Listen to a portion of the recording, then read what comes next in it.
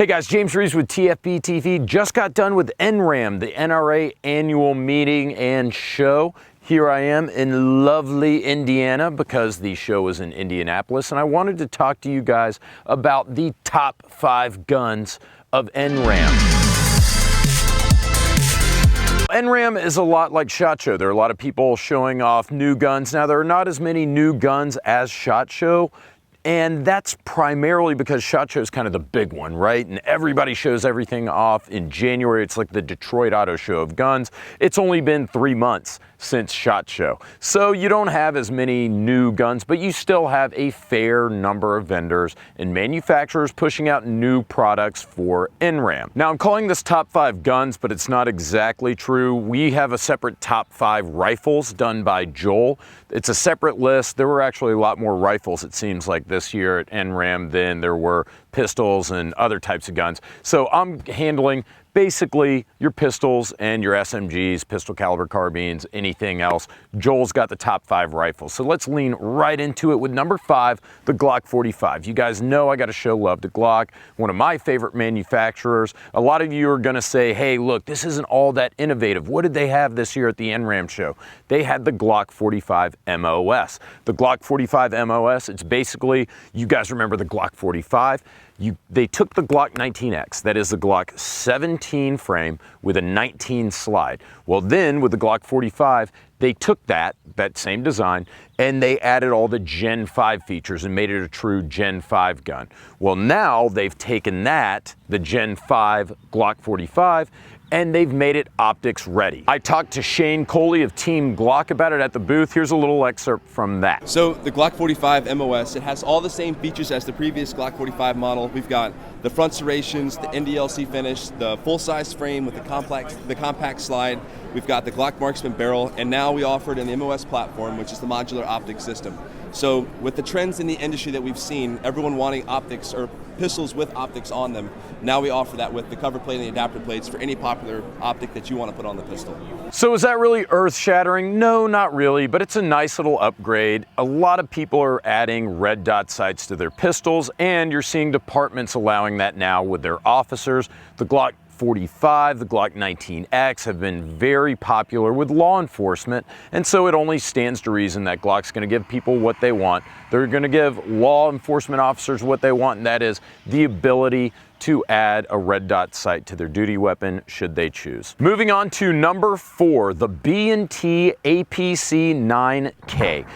I don't know if you guys have been keeping up with the firearm blog, our written side, but there's been a lot of coverage lately about the military, the Army, seeking a new submachine gun. This is the first time that they've sought a submachine gun since World War II. So there's a huge competition.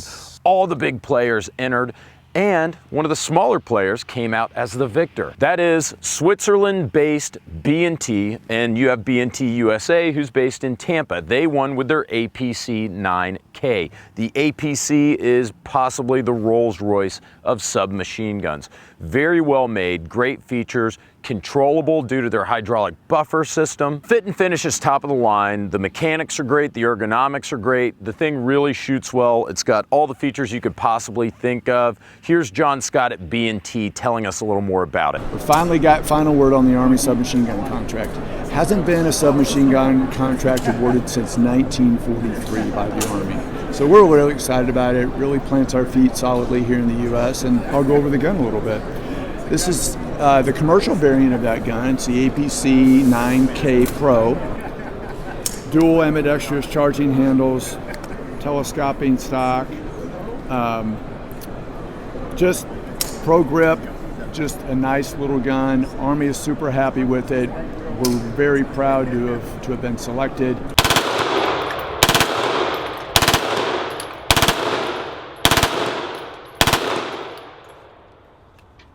Talk about a controllable little gun. Holy cow. I also got to go out and shoot the B&T APC 9 after the show with B&T and with Tim of Military Arms Channel. Tim said that the B&T APC 9K is the best submachine gun on the market today, and that is a pretty heavy endorsement. Moving on to number 3, you guys know I'm a concealed carry junkie, so the new AP X carry from Beretta would have to be my number 3. Beretta is bringing the APX to the single stack game.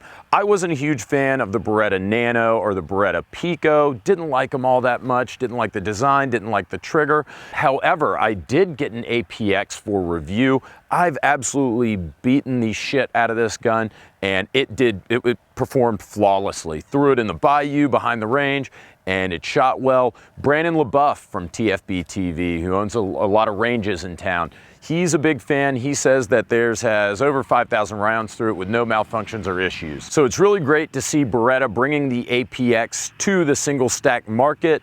Here I am at Beretta, and here's what they had to say about it. So this is the newest member of the APX family. We did hear from folks that the APX Compact released last year at NRA was a good concealed carry choice, but unfortunately it was a little wide, which made it not ideal for, let's say, non-permissive environment carrying. That'd be pocket carrying or very, very deep concealment inside the waistband. Or skinny jeans. Or skinny jeans. I mean, I wasn't going to say anything.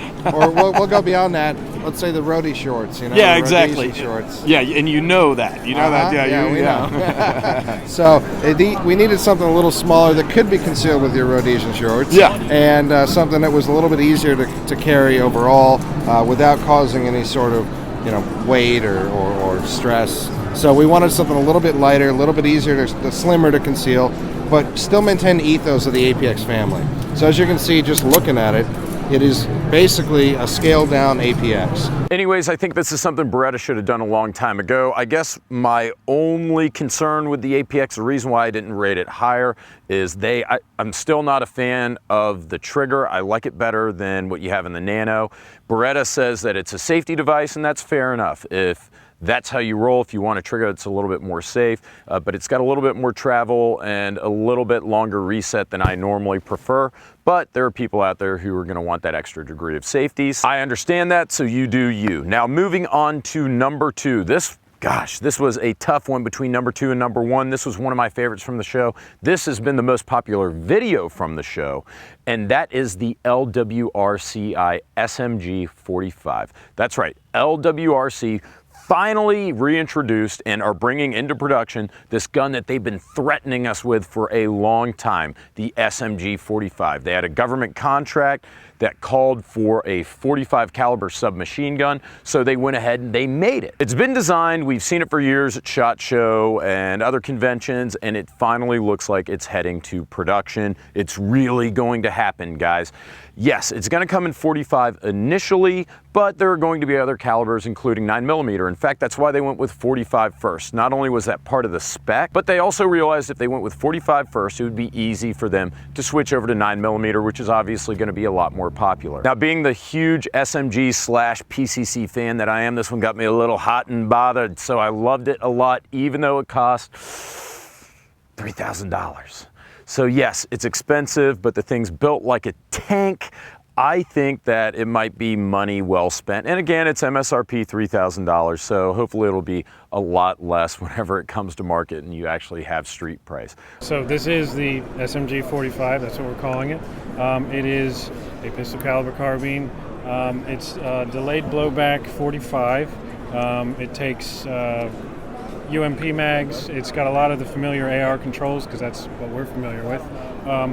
But it's been a couple years in the making. We've been working on it just as we can, and finally we're ready to put it out. 8.5-inch barrel.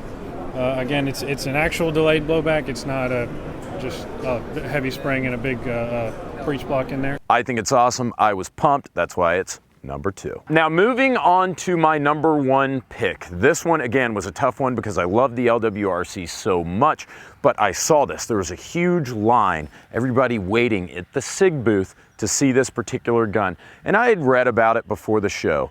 The reintroduction of the Sig P210, the Swiss legend, the OG tournament pistol that's not like a CZ or a 1911, renowned for being a great match gun with an excellent trigger. So it's like, okay, yeah, that's kind of cool. I appreciate that, but it wasn't until I sat down and talked to Sig about the P210 and found out that it's not a straight up reintroduction of the P210. It keeps all of the best aspects of the 210, including the incredible trigger, but there's some thoughtful updates. What we did is we looked at it and we kind of, the US made version of it, just kind of going over this. We maintain those reverse rails, precision machine parts. These are hand fitted at the factory, each and every single one of them, which is awesome. If you're on the assembly line and watching, the skill sets of our assemblers, every single one of these hand fit. And I've been on the line watching them, and just incredible to watch them do that, to get that action so it's perfect every time coming out of the factory. Well, we did some improvements though, as we went from the traditional lockup that they had to more of what you'd see like in our classic line lockup. And what that allowed us to do is open up the ejection port and just allow some updates to the gun to continue to, one, maintain that accuracy, but also get it to function better. Pretty neat. I've got a review copy coming, and I can't wait. This gun's beautiful, it's well thought out, and I know it's going to shoot like a dream, so I can't wait to get my copy from Sig. Guys, I love NRAAM, I love gun shows, I love conventions, I love being there, I love showing it to you guys, I love our sponsors, Ventura Munitions and Blue Alpha Gear. Got to catch up with Kurt at Blue Alpha Gear at the show. Ventura Munitions, my dogs, they're the best supplier of ammo in the entire world. Make sure you check out our NRAAM 2019 playlist. It's gonna show up at our end card. Once I shut up and stop talking, I need to get the hell out of here before this farmer shoots me. Thanks a ton from Indiana. I will see you guys next year.